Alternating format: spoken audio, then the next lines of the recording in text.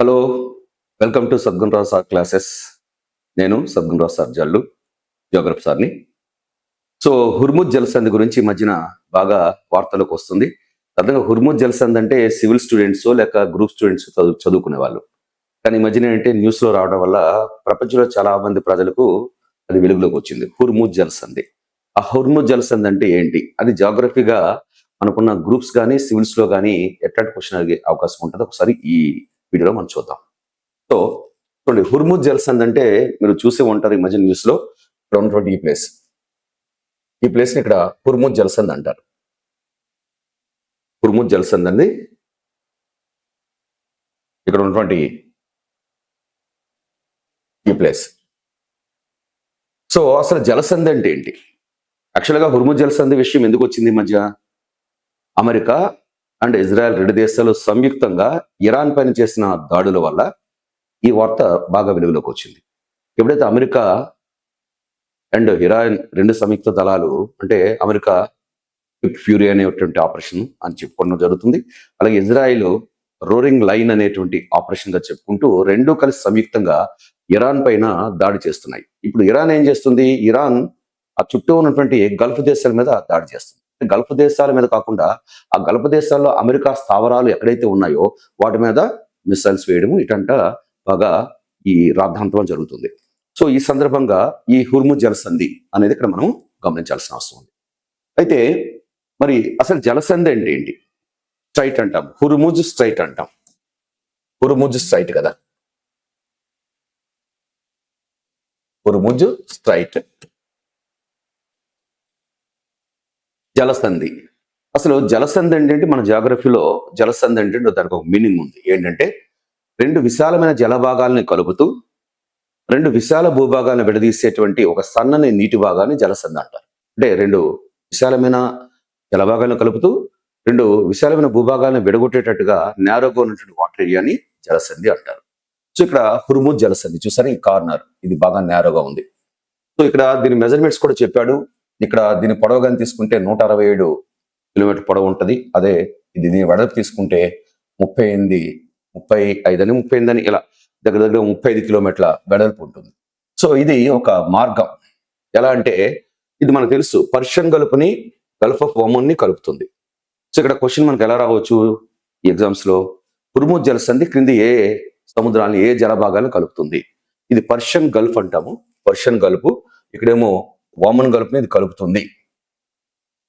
అలాగే same time ఇక్కడ విడగొట్టే భూభాగాలు ఏంటి? అటువైపు ఇరాన్, ఇటువైపు ఇక్కడ ఒమన్. అంటే ఒమన్ యొక్క భూభాగం ఇక్కడ కూడా ఉంచండి. ఒమన్ యొక్క భూభాగము ఇది, అంటే ఇది ఒమన్ దేశము. అదే UAE, Arab United Arab Emirates. అంటే హుర్ముజ్ జలసంధి ఏ దేశాల మధ్యలో ఉంది అని అడిగినట్టయితే హుర్ముజ్ జలసంధికి ఉత్తరాన ఇరాన్ దేశము, ఇదంతా ఇరాన్ దేశము. హుర్ముజ్ జలసంధికి దక్షిణాన Oman, UAE, United Arab Emirates ఉంటాయి. సో ఈ యుఏ అనేది ఇక్కడ వరకు ఉంది. కానీ ఈ ఒమన్ దేశం యొక్క భూభాగము ఇక్కడ చూడండి, మొసందం పెన్షులా అంటారు. సో మొసందం పెన్షులా అనేది ఇక్కడ ఉంది, పెన్షులా అంటారు. మరి పెనిన్షులా అంటే ఏంటి? ద్వీపకల్పం. జాగ్రఫీలో పెనిన్షులా అంటే తెలుగులో ద్వీపకల్పం. ద్వీపకల్పం అంటే మరి ఏంటి? మళ్ళీ మూడు వైపులా నీరు ఆక్రమించి ఒకవైపు భూభాగంతో కలబడిన ప్రదేశాన్ని ద్వీపకల్పం అంటాం. మూడు వైపులా నీరు ఆక్రమించి ఒకవైపు భూభాగంతో కలబడిన ఒక భూ ప్రాంతాన్ని ద్వీపకల్పం అంటాం. ఇక్కడ ఈ మొసందం ద్వీపకల్పం, అంటే మొసందం ద్వీపకల్పం ఎవరిదంటే ఒమన్ దేశాందే. సో దీని భూభాగం ఇక్కడ కూడా ఉంది. అంటే ఇక్కడ ఏంటి? ఒమన్ ఉంది. అలాగే ఇటువైపు నుంచి చూస్తే అరబ్ ఎమిరేట్స్ ఉంది, పైన ఏముంది? ఇరాన్ ఉంది. ఈ మూడు దేశాల మధ్య హుర్ముజ్ జలసంధి అనేది ఉంది. దీని ప్రాధాన్యత ఏంటి? ఈ పర్షియన్ గల్ఫ్, దీన్ని పర్షియన్ గల్ఫ్ అంటాము, దీనికి గల్ఫ్ ఆఫ్ ఓమన్ అంటాం. గల్ఫ్ అంటే ఏంటి? మళ్ళీ సింధు శాఖ, తెలుగులో సింధు శాఖ. గల్ఫ్ అంటే సింధు శాఖ. సో ఆ సింధు శాఖలో అంటే మళ్ళీ ఏంటి? సాధారణంగా సింధు శాఖలు అంటే ఏంటంటే, గల్ఫ్ అంటే అది ఇంగ్లీష్ పదం, తెలుగులో సింధు శాఖ. సింధు శాఖ అంటే ఏంటంటే ఒక ప్రధాన భూభాగంలోకి ఒక సముద్ర నీరు కొంత జొరబడినట్టుగా కొంచెం లోతుగా ఉండి విశాలంగా ఉన్న ప్రదేశాన్ని గల్ఫ్లో అంటారు, లేక సింధు శాఖలు అంటారు. అయితే బయటకు రావడానికి మార్గం మళ్ళీ నేరోగా ఉండాలి. అంటే ఒక ప్రధాన భూభాగంలోకి జొరబడిన సముద్రపు నీరు, అంటే ఒక సముద్ర పాయలాగా ప్రధాన భూభాగంలోకి, మెయిన్ భూభాగంలోకి సముద్ర పాయలాగా లోపలికి జొరబడిన ప్రదేశాన్ని గల్ఫ్లో సింధు శాఖలు అంటారు. సో ఇదంతా గల్ఫ్ ఏరియా. అయితే ఇక్కడ పర్షియన్ ఎందుకు పేరు వచ్చింది? ఇరాన్ ఇరాక్ దేశాలను పర్షియా దేశాలు అంటారు, హిస్టరీలో కూడా ఉంటుంది. సో ఆ పక్క దేశాల్లో ఉంది కాబట్టి పర్షియన్ గల్ఫ్ అంటారు. మరి ఒమన్ గల్ఫ్ అని ఎందుకు అంటారు? ఒమన్ అనే దేశం పక్కన ఉంది, ఒమన్ గల్ఫ్ అంటారు. ఇప్పుడు హుర్ముజ్ జలసంధి పర్షియన్ గల్ఫ్ ని ఒమన్ గల్ఫ్ ని కలుపుతుంది. సేమ్ టైం ఇరాన్ ని, ఒమన్ అండ్ యుఏని విడగొడుతుంది. జలసంధి అంటే రెండు జలభాగాలను కలుపుతూ రెండు భూభాగాలు విడగొట్టాలి.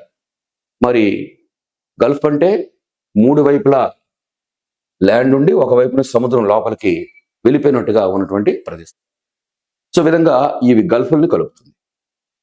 అయితే ఇక్కడ దీని ఇంపార్టెన్స్ ఏంటి అంటే, యాక్చువల్గా ఏంటంటే మనకు ఇక్కడున్న ఇమేజ్ కానీ గమనించినట్టయితే, ఇటీవల వచ్చినటువంటి ఈ కాన్ఫ్లిక్ట్ దీనికి సంబంధించి గమనించినట్టయితే చూసారా, ఇక్కడ ఈ దేశాల నుంచి అంటే ఇక్కడ అన్ని ఆయిల్ కంట్రీస్ దేశాలు, అలాగే సహజ వాయువు, న్యాచురల్ గ్యాస్ ఇలాంటివి ఉత్పత్తి చేసే దేశాలు కాబట్టి ఆ దేశాల్లో ఉత్పత్తి అయినటువంటి ఆ మంచి హింటర్ల్యాండ్ అనమాట. హింటర్ల్యాండ్ అంటే ఏంటి అర్థం అంటే మళ్ళీ ఒక పుష్ట భూమి అంటాం, అది కూడా జాగ్రఫీ వర్డ్. హింటర్ల్యాండ్ ఇది ద బెస్ట్ హింటర్ల్యాండ్ ఏరియా అంతా. దేనికి? ఈ మార్గానికి. హింటర్ల్యాండ్ అంటే ఏంటి? ఆ ప్రాంతాల్లో లభించిన పదార్థాలని వేరే చోటుకు పంపించుకునే అవకాశం ఉన్నటువంటి ఒక పుష్ఠభూమి హింటర్ల్యాండ్. సో ఇక్కడ ఏంటి హింటర్ల్యాండ్ లో సాధారణంగా చమురు, సహజ వాయువు బాగా లభిస్తాయి. ఆ చమురు, సహజ వాయువు ఇతర దేశాలకు ఎగుమతి చేసుకోవాలంటే ఇది ఒకటే మార్గం. అంటే ఇక్కడ ఉన్న ఈ దేశాల నుంచి ఆ చమురు, సహజ వాయువుని తూర్పు దేశాలకి, అంటే మ్యాక్సిమం వెళ్ళేదంటే మన భారతదేశం కానీ, లేకపోతే శ్రీలంక కానీ, లేక చైనా కానీ, జపాన్ కానీ ఈ దేశాలకి మనం పంపించుకోవాలన్నా, లేదంటే ఆఫ్రికా ఖండం చుట్టూ తిరిగి మళ్ళీ యూరప్ దేశాల వైపు వెళ్ళాలన్నా తప్పకుండా ఈ హుర్ముజ్ జలసంధి ద్వారా వెళ్ళాలి. సో అయితే ఇక్కడ ఈ హుర్ముజ్ జలసంధిలో ఎక్కువ భాగం ఎవరి చేతిలో ఉందంటే, సాధారణ మనకు టెరిటోరియల్ వాటర్ అంటారు, అంటే ప్రాదేశిక జలాలు.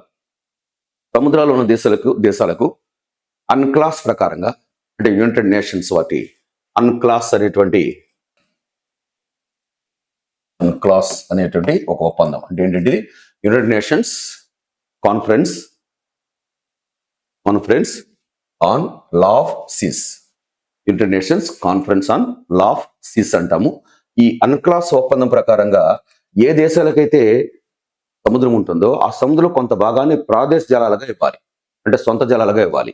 సో ఆ ప్రకారంగా తీసుకుంటే ఇక్కడ ఒమన్ దేశానికి ఉన్నటువంటి ఈ ప్రాదేశిక జలం నుంచి అవి రావాలి. అంటే ఈ హుర్ముజ్ జలసంధి ఎక్కువ భాగం ఒమన్ చేతిలో ఉంది. ఎందుకంటే ఇలా టర్న్ ఇలా రావాలి, ఇలా వచ్చినప్పుడు ఏమవుతుంది, ఈ ప్లేస్ అంతా ఒమన్ దేశానికి చెందింది, అటువైపు ఇరాన్ దేశం ఉంది. అంటే నిజానికి మాత్రం హుర్ముజ్ జలసంధిలో ఎక్కువ భాగము ఒమన్ దేశం చేతిలో ఉంది, తక్కువ భాగం మాత్రమే ఇరాన్ దేశం చేతిలో ఉంది.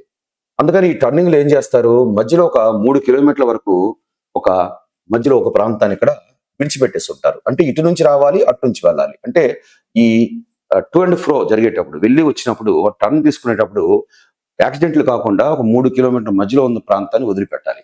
వదిలిపెట్టిన తర్వాత అవతల వైపు నుంచి అది ఇరాన్ అవుతుంది, యువతల ఒమన్ అవుతుంది. సో అంటే ఈ హుర్ముజ్ జలసంధి మీద ఎక్కువ అధికారం ఒమన్ దేశానికి ఉంది. సో అదే ఈ మధ్యన వచ్చినటువంటి వివాదం ఏంటంటే, ఈ హుర్ముజ్ జలసంధిని ఆపేటువంటి హక్కు పూర్తిగా ఇరాన్కి లేదు. అంటే అక్కడ హుర్ముజ్ జలసంధి ఆపాలంటే ఒమన్ దేశం కూడా కలిసి రావాలి.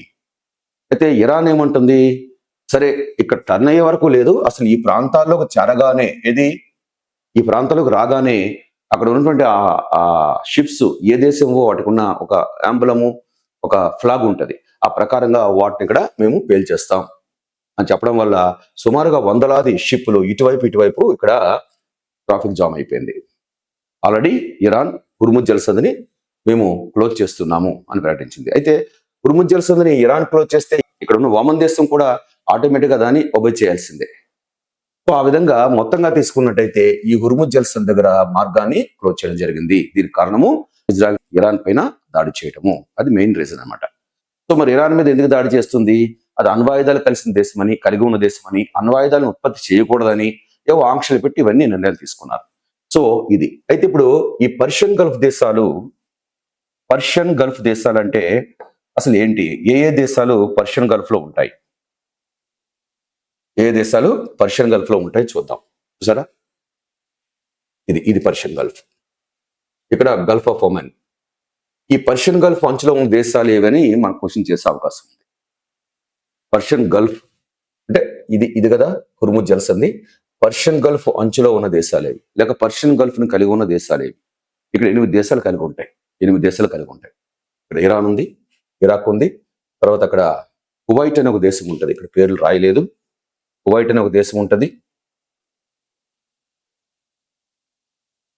కువైట్ అనే ఒక దేశం కూడా ఉంటుంది. చూసారా, Persian Gulf, Gulf of Oman, ఇది కదా హుర్ముజ్ జలసంధి. సో ఇటు చుట్టుపక్కల ఉన్న దేశాలు కానీ గమనించినట్లయితే ఇదంతా ఇరాను, ఇరాక్, సౌదీ అరేబియా, తర్వాత ఇది సౌదీ అరేబియా, ఇరాను, కువైట్, తర్వాత ఇక్కడ సౌదీ అరేబియా ఇటువైపు ఉంది, బహ్రైన్ ఉంది, అండ్ ఖతార్ ఉంది, యునైటెడ్ అరబ్ ఎమిరేట్స్ ఉన్నాయి, తర్వాత ఓమన్. ఈ 8 దేశాలు దీని చుట్టూ ఉంటాయి. పర్షియన్ గల్ఫ్ చుట్టూ ఉన్న దేశాలు Iran, Iraq, Qatar, Saudi Arabia, and Kuwait, Bahrain, Qatar, Kuwait, Bahrain, and United Arab Emirates and Oman. మొత్తం 8 దేశాలు ఉంటాయి. సో 8 దేశాలు ఈ పర్షియన్ గల్ఫ్ ని కలిగి ఉన్న దేశాలు. అదొకటి ఇక్కడ క్వశ్చన్ చేసే అవకాశం ఉంది. అంటే పర్షియన్ గల్ఫ్ ని కలిగి లేని దేశం ఏది, లేక కలిగి ఉన్న దేశాల్లో ఈ క్రింది వాటిలో ఏ ఉంటాయి అని ప్రశ్న చేసే అవకాశం ఉంటుంది. అది మనం కాంపిటేటివ్ దీనిలో మనం ఆలోచించడానికి అనమాట. సో అదేవిధంగా ఇక ఒమన్ ఉంది చూసారా, గల్ఫ్ ఆఫ్ ఓమన్, అంటే పర్షియన్ గల్ఫ్, గల్ఫ్ ఆఫ్ ఓమన్, ఈ రెండు మధ్యలో ఉండేది హుర్ముజ్ కదా. ఇప్పుడు గల్ఫ్ ఆఫ్ ఓమన్ ఏ దేశాలు కలిగి ఉంటాయి? ఈ గల్ఫ్ ని కలిగి ఉన్న దేశాలు ఇటువైపు మళ్ళీ ఇరానే, ఇదంతా ఇరానే. ఈ పక్కన ఇక్కడ చూస్తే ఒమన్. ఇరాన్, ఒమన్ దేశాల మధ్య Gulf of Oman. Iran, Oman దేశాల మధ్య గల్ఫ్ ఆఫ్ ఓమన్. అలాగే Persian Gulf Iran, Iraq, Qatar, Saudi Arabia, Bahrain and Kuwait, Arab Emirates and Oman. 8 దేశాల్లో 8 దేశాల చుట్టూ, అంటే పర్షియన్ గల్ఫ్ చుట్టూ 8 దేశాలు ఉంటాయి, ఓమన్ గల్ఫ్ చుట్టూ 2 దేశాలు ఉంటాయి. ఈ రెండు కలిపేదే హుర్ముజ్ జలసంధి. ఇది వ్యూహాత్మక చాలా ఇంపార్టెంట్. దీని ఇంపార్టెన్స్ ఏంటి? హుర్ముజ్ జలసంధి ఇంపార్టెన్స్ ఏంటంటే ఇంచుమించుగా ప్రపంచంలో ఉన్నటువంటి పెట్రోలియం రవాణాలో 20% ఈ మార్గం గుండా వెళ్తుంది. అంటే ఈ మార్గాన్ని తీసుకొని పర్షియన్ గల్ఫ్ గుండా, అంటే ఈ పర్షియా దేశాల నుంచి పెట్రోల్ కానీ సహజవాయువు కానీ తీసుకొని ఆ షిప్స్ అన్ని కూడా ఓమన్ దాటి అవతల ముందుకు పోతే మనకు అరేబియా సముద్రం, మన భారతదేశం పక్కన అరేబియా సముద్రంలోకి వస్తుంది. అరేబియా సముద్రం మీన్స్ ఇండియన్ ఓషన్. ఇండియన్ ఓషన్కి వచ్చిన తర్వాత మిగతా ఓషన్స్ తో కనెక్ట్ అయి ఉంటుంది కాబట్టి అటు పసిఫిక్ ఓషన్ కానీ, లేక అట్లాంటిక్ ఓషన్ కానీ ఎటుపోవాలన్నా బయటకు రావాల్సిన మార్గం ఒక చిన్న నేరో, దీనికే చోక్ పాయింట్ అంటారు. అంటే హుర్ముజ్ జలసంధి ఒక చోక్ పాయింట్. చోక్ పాయింట్ అంటే ఏంటి? ఒక సందులాగా పనిచేస్తుంది. దీనికి చోక్ పాయింట్ అని అడిగినట్టయితే మళ్ళీ Persian Gulf and Gulf of ఓమన్ కి చోక్ పాయింట్ గా పనిచేస్తుంది. సో దీని చుట్టూ 8 దేశాలు ఉంటాయి, ఇక్కడ 2 దేశాలు ఉంటాయి. ఈ దేశాల నుంచి వచ్చినటువంటి ఇంటర్లాండ్ ప్రకారంగా వచ్చిన ఎటువంటి వస్తువులైనా, లేకపోతే ఏవైనా పారిశ్రామిక వస్తువులైనా బయటికి వెళ్ళాలంటే ఇదే మార్గం. సో ఇది మనం ఇక్కడ గమనించాల్సింది. అయితే హుర్ముజ్ అంటే ఎందుకు పేరు వచ్చింది?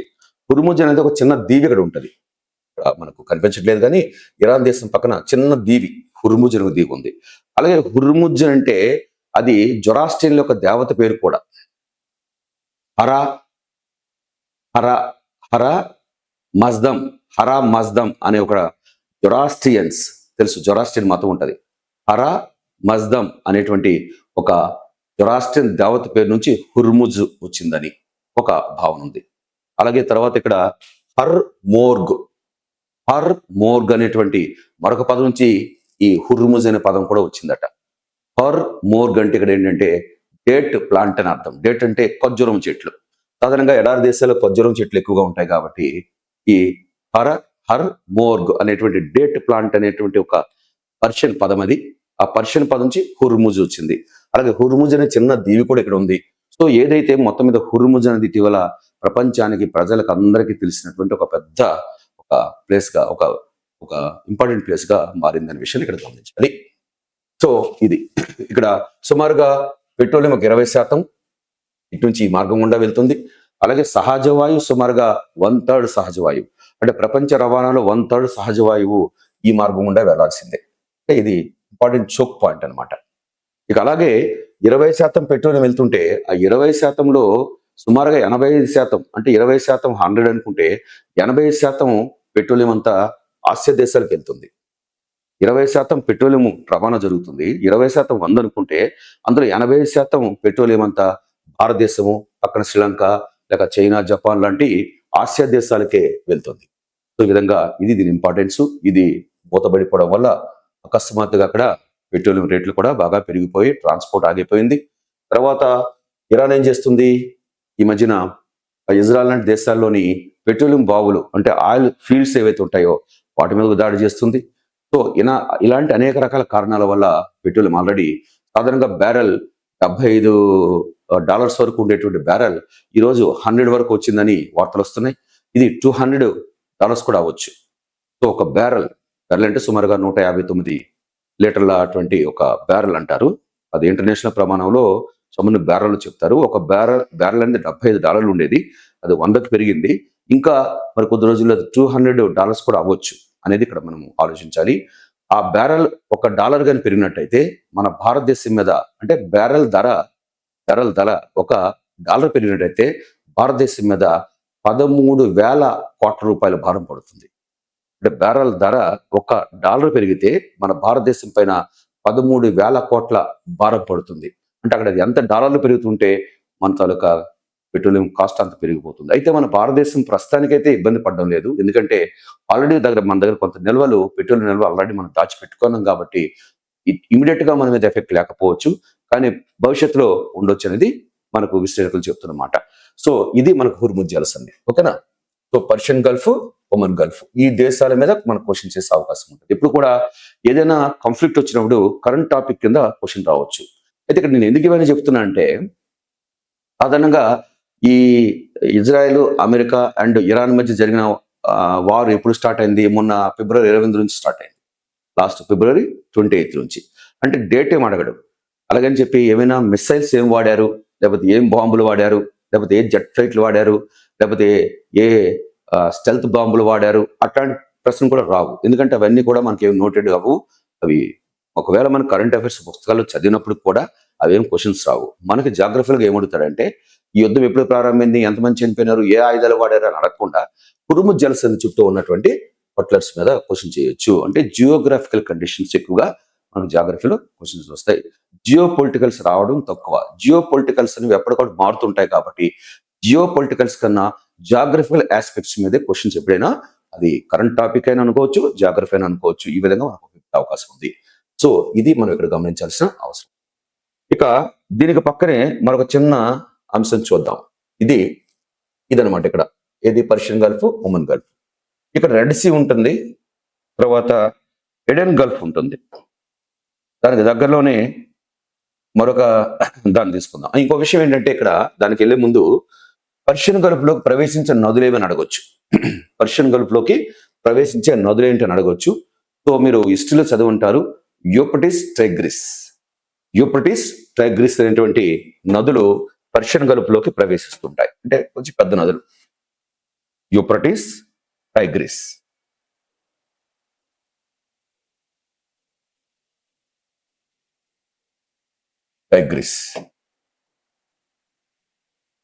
యూఫ్రటీస్, టైగ్రిస్ అనే నదులు ఈ పర్షియన్ గల్ఫ్ లోకి, అంటే ఏ నదైనా సరే ఎక్కడో ఎత్తైన పర్వతాల్లో పుట్టి చివరగా ఏదైనా సముద్రంలో కలవాలి కదా.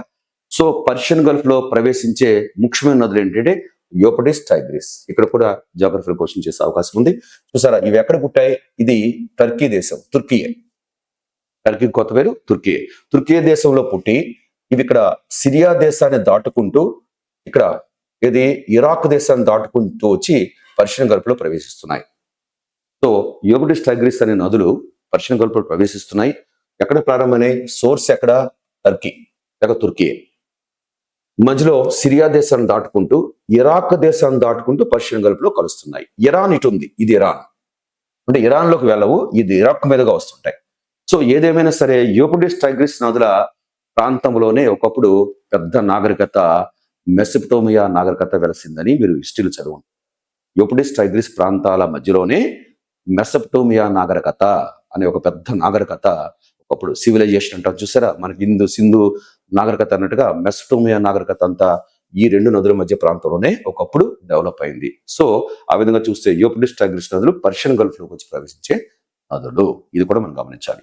ఇక అలాగే మరొక పాయింట్ ఏంటంటే ఇదే దీని మీద గమనించినట్టయితే ఇక్కడ కొన్ని ఎడార్లు కూడా అడిగే అవకాశం ఉంది. ఎడార్లు. సో దాని ఇమేజ్ మనకు లేదు కానీ ఇక్కడ ఎడార్ల విషయానికి వస్తే రబ్ ఆల్ ఖలీ అనేటువంటి రబ్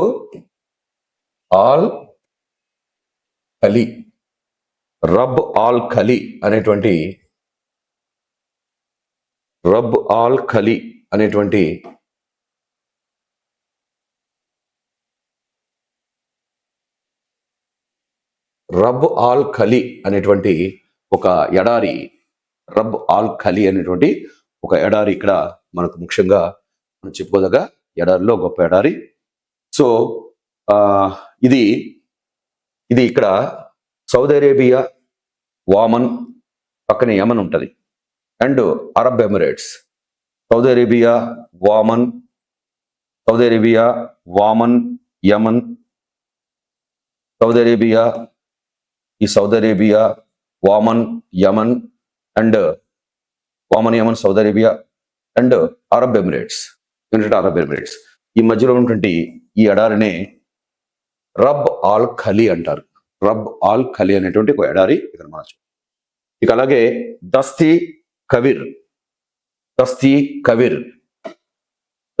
కవిర్ అనే ఒక ఎడారి. దస్తీ కవిర్ అంటే ఒకవేళ మన జాగ్రఫీలో దానికి రిలేటెడ్ గా ఉన్నటువంటి అంశాలు అడిగే ఛాన్స్ ఎక్కువగా ఉంటుంది కదా, అది మనకు గమనించాలి.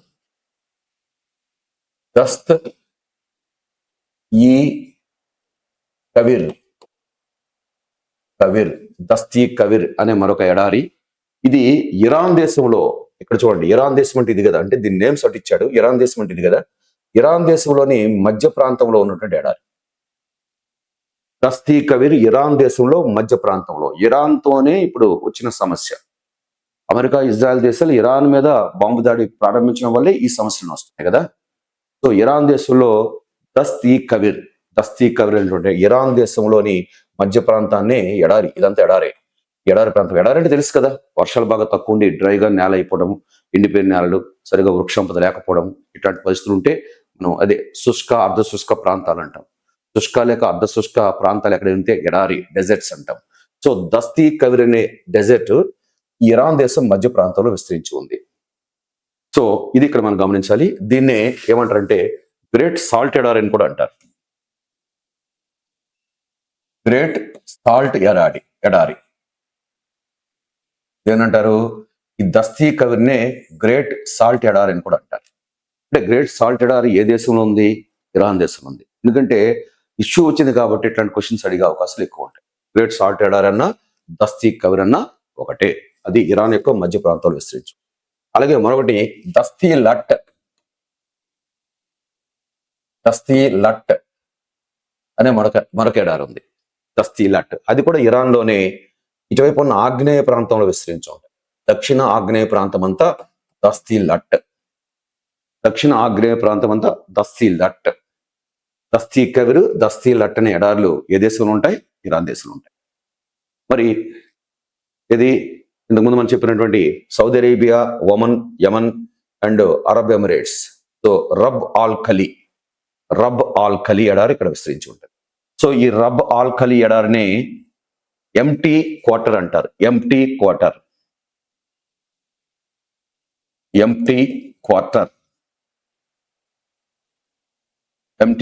అని అంటారు. దీన్ని రబ్ ఆల్ ఖలీ ఈ 4 దేశాల మధ్యలో ఉంది. సో దీనికి ఎంటీ క్వార్టర్ అంటారు. దాన్ని గ్రేట్ సాల్ట్ ఎడారి అంటారు. ఇట్లాంటి క్వశ్చన్స్ జాగ్రఫీగా అడిగే అవకాశం ఉంది. ఎందుకంటే భౌగోళిక పరిస్థితులు మనకు అవగాహన ఉండాలి. సో ఇది ఇక్కడ దీనికి సంబంధించి. ఇక అదేవిధంగా ఇప్పుడు మరొక అంశం ఏంటంటే ఇక్కడ రెడ్ సీని, గల్ఫ్ ఆఫ్ ఎడెన్ ని, ఇదేంటిది? Persian Gulf and Gulf of Oman. ఇదే కదా మనకి హుర్ముజ్ జలసంధి. అలాగే రెడ్ సీని, గల్ఫ్ ఆఫ్ ఎడెన్, ఈ 2 ప్రాంతాల మధ్యలో ఇక్కడ ఉన్నటువంటి స్ట్రైట్ నే చూడండి. రెడ్ సీ అంటే ఎర్ర సముద్రం అంటాము. ఇక్కడ గల్ఫ్ ఆఫ్ ఎడెన్, ఇది గల్ఫ్ ఆఫ్ ఒమెన్, ఇది గల్ఫ్ ఆఫ్ ఎడెన్. ఈ రెండింటిని కలుపుతూ ఈ మధ్యలో ఉండే జలసంధిని, స్ట్రైట్ ని Bob L మాండెబ్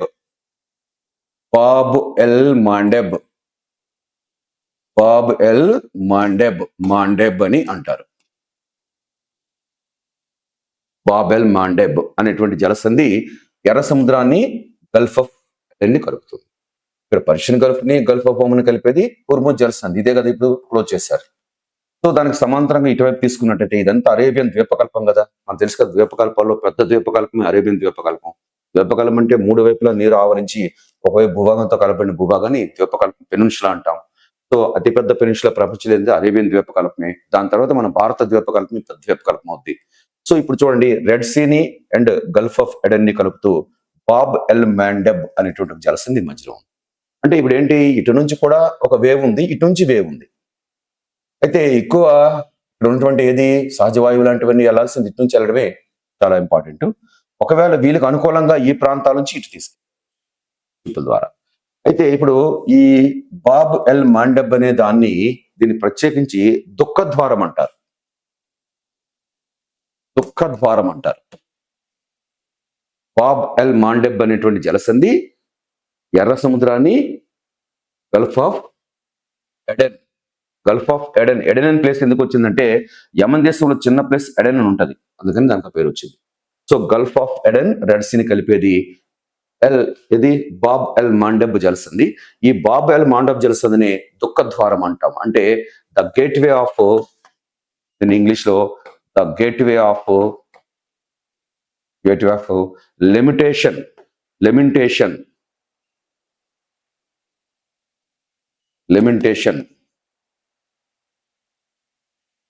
of tears. English లో the gateway of lamentation of tears. Tears అంటే కన్నీటి బిందువుని అర్థం. So the gateway of lamentation tears అనేటువంటి ఇంగ్లీష్ పదానికి తెలుగు అర్థమే దుఃఖద్వారం. కాబట్టి జలసంధుల్లో ఈ కింద ఏ జలసంధిని దుఃఖద్వారం అంటారు అని అడిగినప్పుడు డెఫినెట్ గా హుర్ముజ్ జలసంధి ఉంటది, బాబ్ ఎల్ మాండెబ్ జలసంధి ఉంటది, కాకపోతే ఇంకోటి ఏదో మలక్క జలసంధి ఉండొచ్చు, లేకపోతే ఈ సినాయి ద్వీపకల్పం దగ్గర పర్షియన్ గల్ఫ్ అని. సో ఇక్కడ ఒక చిన్న ఈ సినాయి ద్వీపకల్పం అంటాం. ఇది ఏంటంటే ఇది ఈజిప్ట్ దేశం యొక్క భూభాగం. సినాయి ద్వీపకల్పం ఈ పక్కన ఉన్నటువంటి ఈ గల్ఫ్ పేర్లు కానీ ఏవైనా 4 పేర్లు ఇచ్చి, సో దుఃఖద్వారం అని దేన్ని అంటారంటే అప్పుడు బాబ్ ఎల్ మాండెబ్ అని చెప్పాలి. కానీ ఇటీవల వార్తలకు బాగా వెలుగులోకి వచ్చింది కదా అని హుర్ముజ్ జలసంధిని అనడానికి లేదు. హుర్ముజ్ జలసంధికి ఆ పేరు లేదు, సో దీనికి ఉంది. సో ఇదొక చోక్ పాయింట్, ఇదొక చోక్ పాయింట్. చోక్ పాయింట్ అంటే ఏంటంటే ఒక హుర్ముజ్ జలసంధిని చోక్ పాయింట్ అంటారు. ఇక్కడ కూడా ఇది కూడా చోక్ పాయింటే. అయితే ఇక్కడ మరి చోక్ పాయింట్ ఏంటి అంటే ఒక ప్రముఖమైన ద్వారం అని అర్థం. అంటే అది ఒక మార్గంగా పనిచేస్తే చోక్ పాయింట్స్ అంటారు. ఈ 2 చోక్ పాయింట్సే. ఓకే. అయితే దుఃఖద్వారం అని ఎందుకంటారు? ఆ పేరులోనే దుఃఖం ఉంది, అంటే బాధ. అంటే ఒకప్పుడట ఇక్కడ షిప్లేవో ట్రావెల్ చేసేటప్పుడు చాలా వరకు ఇక్కడ మునిగిపోవడం కానీ ఇలాంటి ఇబ్బందులు ఉండేవాట ఈ కార్నర్ లో.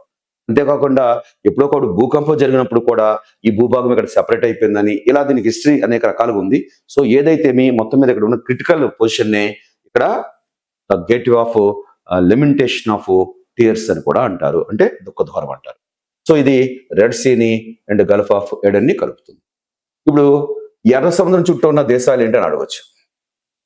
ఎర్ర సముద్రం చుట్టూ ఉన్న దేశాలు ఏంటి? ఇక్కడ ఒక 6 దేశాలు ఉంటాయి.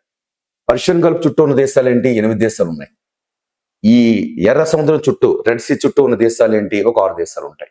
సో ఇది ఎలాగో ఇటువైపు అంతా సౌదీ అరేబియా, ఇది సౌదీ అరేబియా, ఇక్కడ ఈజిప్ట్, ఇది ఇలా వస్తుంది ఈజిప్ట్. ఈజిప్ట్ అంటే వాళ్ళు ఆఫ్రికా దేశంలోని ఉత్తర భాగం. ఇది ఈజిప్ట్ ఆఫ్రికా దేశానికి సంబంధించింది. సో ఈజిప్ట్, సో దానికి తోడుగా అక్కడ ప్రత్యేకించి కానీ తీసుకున్నట్లయితే సూడాన్ ఒక దేశం వస్తుంది, ఇటువైపు సూడాన్ ఉంటుంది.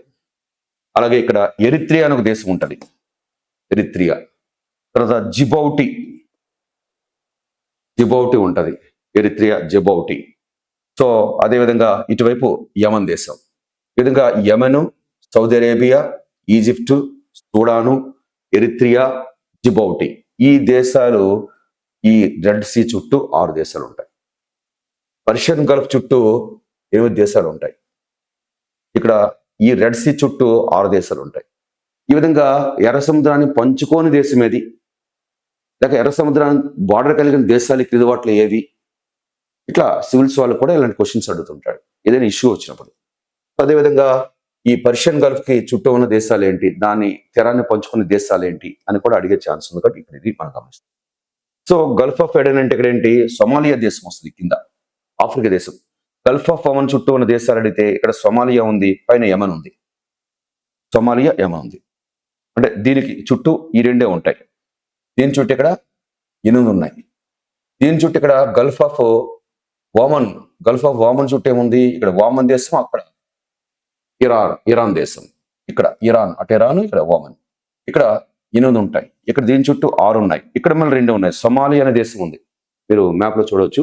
సో సొమాలియా పైన యెమెన్, ఈ దేశాల మధ్యలో గల్ఫ్ ఆఫ్ ఎడెన్.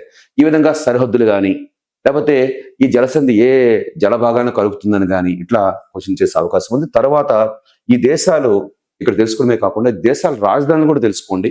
మీరు వెరిఫై చేసి రాసుకొని పెట్టుకోండి. ఎందుకంటే ఎస్ఐ కానిస్టేబుల్ అంటే చిన్న చిన్న ఎగ్జామ్స్ లో ఏం చేస్తాడంటే ఈ జలసంధులు అడిగే కన్నా, అంటే ఈ జలసంధులు ఇలాంటివన్నీ గ్రూప్స్ లెవెల్లో అడిగినట్టయితే ఎస్ఐ కానిస్టేబుల్ అంటే ఏమైనా చిన్న ఎగ్జామ్స్ వస్తే ఇప్పుడు ఈ దేశాలన్నీ వెలుగులోకి వచ్చాయి కదా, ఈ మధ్య అందరికీ తెలిసిపోతుంది కదా, అందరికీ వెలుగులోకి వచ్చాయి. కాబట్టి ఆ దేశాల రాజధానులు అడగొచ్చు.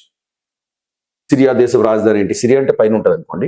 లేకపోతే జోర్డాన్ దేశపు రాజధాని ఏంటి? లేకపోతే ఇరాన్, ఇరాక్ దేశాల రాజధానులు అంటే ఈ దేశాల యొక్క రాజధానులు ఏంటో కూడా మీరు వెరిఫై చేసి రెడీగా పెట్టుకుంటే ఒకవేళ ఆ సెక్షన్ లోకి వెళ్ళి అడిగిన క్వశ్చన్స్ ఇది మనకు గమనించాలి. సో ఇప్పుడు మరొక అంశం ఏంటంటే మనకు పశ్చిమాసియా దేశాలు అనే మాట ఈ మధ్యన వింటున్నాం, లేక మిడిల్ ఈస్ట్ దేశాలను వింటున్నాం. పశ్చిమాసియా అంటే వెస్ట్ ఏషియా కంట్రీస్ అని కానీ, లేక మిడిల్ ఈస్ట్ కంట్రీస్ అని కానీ మనం ఈ మధ్యన ఆ మాట వింటున్నాం. అంటే రెండు పర్యాయ పదాలుగా వాడతారు, రెండు ఒకదానికొకటి పర్యాయ పదాలుగా వాడతారు. రెండు ఒకదానికొకటి పర్యాయ పదాలుగా వాడతారు. పశ్చిమాసియా దేశాలు అంటే ఇవి, ఈ దేశాలు ఇది చూడండి, ఏదైతే ఈ కలర్ ఇచ్చారో ఆ కలర్ పశ్చిమాసియా దేశాలు లేక మిడిల్ ఈస్ట్ దేశాలు. పశ్చిమాసియా దేశాలు అంటే సుమారుగా 18 దేశాలు ఉంటాయి. ఈ Saudi Arabia, Oman, Yemen, Qatar, ఆ తర్వాత బహ్రెయిన్, కువైట్, ఇరాన్, ఇరాక్, ఆ పక్కనే ఉన్న సిరియా, జోర్డాన్, లెబనాన్ చూసారు. లెబనాన్ మీద ఇజ్రాయెల్ దాడి చేస్తుంది. ఆల్రెడీ లెబనాన్కి ఇజ్రాయెల్కి ఒకప్పుడు బాగా వారు ఉండేది. ఇప్పుడు ఇదే సమయాన్ని ఉపయోగించి ఇజ్రాయెల్ లెబనాన్ మీద బాగా దాడి చేస్తుంది. ఇప్పుడు ఈ యుద్ధంలో బాగా చనిపోయిన వాళ్ళు ఏ దేశంలో ఉన్నారంటే ఇరాన్ దేశంలో బాగా ఎక్కువ మంది చనిపోయినారు. ఆ తర్వాత ఎక్కువ చనిపోయింది లెబనాన్ దేశమే. అంటే ఇజ్రాయెల్ అమెరికా దాడి ఇరాన్ మీద, ఇజ్రాయెల్ పొట్లర్గా లెబనాన్ మీద. సో ఈ విధంగా వారు జరుగుతుంది. ఇక ఇరాన్ ఈ చుట్టూ ఉన్న అమెరికా స్థావరాల మీద, అరబ్ దేశాల మీద దాడి చేస్తుంది. ఇట్లా యుద్ధం మరీ క్రిటికల్ గా మారిపోయింది కదా. సో ఈ సందర్భంలో మిడిల్ ఈస్ట్ కంట్రీస్ అంటే ఏంటి, వెస్ట్ ఆసియా కంట్రీస్ అంటే ఏంటి? వెస్ట్ ఆసియా కంట్రీస్ ఎన్ని ఉన్నాయి? 18 ఉన్నాయి. 18 ఆ నేమ్స్ అన్ని రాసుకున్నక్కర్లేదు, 18. ఇప్పుడు ఆ middle east west Asia countries అనగానే మనం ఎలా చెప్పుకోవాలంటే కాశ్మీర్ సముద్రానికి, బ్లాక్ సీకి ఇటువైపు ఉన్నటువంటి పర్షియన్ గల్ఫ్ అండ్ రెడ్ సీకి, అటు మధ్యధరా సముద్రం. మీరు గమనించండి, ఆఫ్రికాకి యూరోప్కి మధ్యధరా సముద్రం మధ్యలో ఉంటుంది. సో మధ్యధరా సముద్రానికి, బ్లాక్ సీకి, కాస్పియన్ సీకి, అదేవిధంగా ఇక్కడ ఇది పర్షియన్ గల్ఫ్ అంటాము, ఇక్కడ రెడ్ సీ, ఈ మధ్యలో ఉన్న దేశాలంతా కూడా వెస్ట్ ఆసియా దేశాలు. మిడిల్ ఈస్ట్ కంట్రీస్ అంటే మధ్యప్రాచ్య దేశాలు మిడిల్ ఈస్ట్ అంటారు. మిడిల్ ఈస్ట్ కంట్రీస్ అంటే తెలుగు ఏంటి? మధ్యప్రాచ్య. ప్రాచ్య అంటే దాని అర్థం ఏంటంటే తూర్పు అని అర్థం. ప్రాచ్య అంటే తూర్పు అని అర్థం. మనకు ఆసియా ఖండం ఇటువైపు అని తెలుసు కదా, తూర్పు ఆసియా, ఉత్తరాసియా, దక్షిణాసియా, అందులో మన భారతదేశం ఉంటుంది, ఆగ్నేయాసియా. యాక్చువల్గా అయితే ఇది నైరుతి ఆసియానే వెస్ట్ ఆసియా అంటారు. అంటే ఈజిప్ట్ లేకుండా మిగతా దేశాలంతా వెస్ట్ ఆసియా, ఈజిప్ట్ కలిపితే మిడిల్ ఈస్ట్. మరి ఈజిప్ట్ ఎక్కడి నుంచి? ఆఫ్రికా దేశం కాదు, అది ఆఫ్రికా దేశం. అంటే ఇక్కడ ఉన్నటువంటి ఈ 18 దేశాలు వీటిని ఏమంటాం? పశ్చిమాసియా దేశాలు అంటాం, వెస్ట్ ఆసియన్ కంట్రీస్ అంటాం, లేక నైరుతి ఆసియా అని కూడా చెప్పొచ్చు, ఈ మూలకు ఉంది కాబట్టి వెస్ట్ ఏషియా కంట్రీస్ అంటాం. దానికి ఈజిప్ట్ని కలుపుకుంటే మిడిల్ ఈస్ట్ అంటాం. అంటే ఆల్మోస్ట్ 2 పదాలు పర్యాయ పదాలుగా వాడతారు. మిడిల్ ఈస్ట్ కంట్రీస్ అన్నా, వెస్ట్ ఏషియా కంట్రీస్ అన్నా పర్యాయ పదాలుగా వాడతారు. అంటే పశ్చిమాసియా దేశాలన్నా లేక మధ్యప్రాచ్య దేశాలన్నా పర్యాయ పదాలుగా వాడతారు. చిన్న డిఫరెన్స్ ఏంటంటే ఈ వెస్ట్ ఏషియా కంట్రీస్ 18 ఉంటాయి, దానికి ఈజిప్ట్ని కలుపుకుంటే, ఎందుకంటే ఈ కార్నర్లో ఇది ఉంది కాబట్టి పెనిన్సులా దగ్గర, ఇక్కడ సినాయి పెనిన్సులా అంటారు. ఈజిప్ట్ యొక్క ప్రాంతాన్ని సినాయి పెనిన్సులా. పెనిన్సులా అంటే ఏంటి? 3 వైపుల నీరు చూసారా, ఆ సినాయి పెనిన్సులా దీని ఉంది కాబట్టి ఈజిప్ట్ని కూడా కలిపి అప్పుడు ఏమంటారు? Middle east countries. సో ఈ విధంగా 18కి ఈజిప్ట్ని కలిపితే మిడిల్ ఈస్ట్ కంట్రీస్ అంటే మధ్యప్రాచ్య దేశాలు అంటారు. ఈ డివిజన్ కొద్దిగా ఆలోచించాలి. అంటే వీటి యొక్క ఈ దేశాల యొక్క రాజధానులు కూడా మీరు తెలుసుకోవడం అవసరం ఉంటుంది. సో భౌగోళిక అంశాలు మీకు, అందుకే జాగ్రఫీ అనేది ఎంత ఇంపార్టెంట్ అంటే ఏ ఒక్క విషయాన్ని అర్థం చేసుకోవాలంటే జాగ్రఫీ తెలియకపోతే అర్థమే కాదు. అంటే భౌగోళిక అంశాలు తెలిసినట్టయితే మనం ఒక న్యూస్లో ఒక వార్త చూసినా ఎస్ ఫలానా చోట ఇది జరుగుతుందని ఒకటి మనకి ఆటోమేటిక్గా బ్రెయిన్లోకి వచ్చేస్తుంది. లేనప్పుడు ఏదో గుడ్డిగా మనము అది కంఠస్థ పెట్టేటట్టుగా అనిపిస్తుంది. కాబట్టి సో ఈ భౌగోళిక అంశాలు ఇక్కడ మనం గమనించాల్సిన అవసరం ఉంది. ఓకే, మన టాపిక్ ఏంటంటే హుర్ముజ్ జలసంధి గురించే. ఓకే, దీని గురించే. కానీ దాంతో పాటుగా బాబెల్ మాండబ్ జలసంధి అంటే ఏంటి, ఈ సింధు శాఖలు అంటే ఏంటి, మధ్యప్రాచ్య దేశాలు అంటే ఏంటి, పశ్చిమాసియా దేశాలు అంటే ఏంటి అనే అంశాన్ని కూడా చూస్తూ ఈ సరౌండింగ్ కంట్రీస్ ఏంటి, ఇట్లాంటి అంశాలు కొన్ని, ఈ ఎడార్ల పేర్లు ఇలాంటివన్నీ మనం గమనించడం జరిగింది. Okay right. సో ఇలాంటి యూట్యూబ్లో కొన్ని వీడియోస్ నేను సందర్భాన్ని బట్టి మన జాగ్రఫీ వీడియోస్ నేను పెట్టడానికి నేను సిద్ధంగా ఉంటాను. కాబట్టి సద్గుణ రావు సార్ జల్లు అనే యూట్యూబ్ కూడా నాకుంది. ఆ యూట్యూబ్ని మీరు సబ్స్క్రైబ్ చేసుకోండి.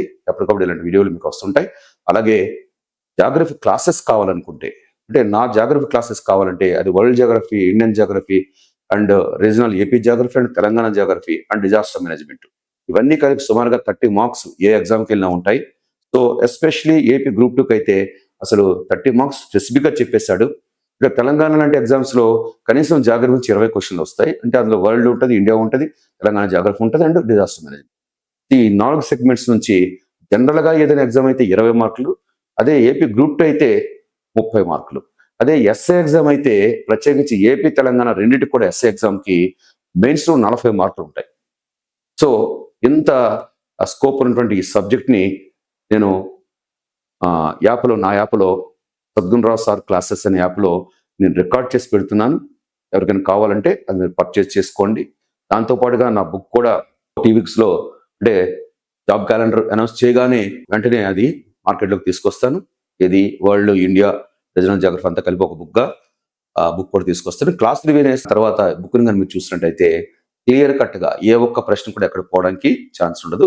ఎందుకు అలా చెప్తున్నానంటే అన్నిటికన్నా అందరూ ఆన్సర్ పెట్టలేరు, కానీ నెగిటివ్ మార్క్స్ ఉన్నాయి కాబట్టి ఆ పెట్టేటువంటి ఆన్సర్ ఏదైనా ఖచ్చితంగా పెట్టకపోతే మొదటికే మోసం వచ్చే ప్రమాదం ఉంటుంది. ప్రిలిమ్ కంప్లీట్ కాకపోతే మెయిన్స్ రాసే అవకాశం ఉండదు. కాబట్టి ఎస్ఏలైనా గ్రూప్ 2 అయినా ఏదైనా సరే ఫస్ట్ ప్రిలిమ్ ఎగ్జామ్ చాలా ఇంపార్టెంట్. ఈ ప్రిలిమ్లో జాగ్రఫీ ఎంత ఇంపార్టెంట్, ఇది ఈ మెట్టు దాటితే తర్వాత మెట్టుకు మనకు వెళ్ళడానికి ఛాన్స్ ఉంది. కాబట్టి జాగ్రఫీకి సంబంధించి ఈ రికార్డ్స్ని మీకు నేను నా యాప్లో, సద్గుణ రావు సార్ క్లాస్ యాప్లో మీకు పెట్టి ఉన్నాను. కొన్ని పెడతాను. ఇంకా అదేవిధంగా ఇట్లాంటి ఏవైనా స్పెషల్గా ఒక కాన్సెప్ట్ మీద మాట్లాడాలంటే నాకు ఏదైనా సందర్భాన్ని బట్టి కొన్ని వీడియోస్ని సెపరేట్గా యూట్యూబ్లో కూడా ఉంచుతాను. కాబట్టి సద్గుణ రావు జల్లు అనేటువంటి యూట్యూబ్లో కూడా మీరు చూడవచ్చు. Okay right, all the best.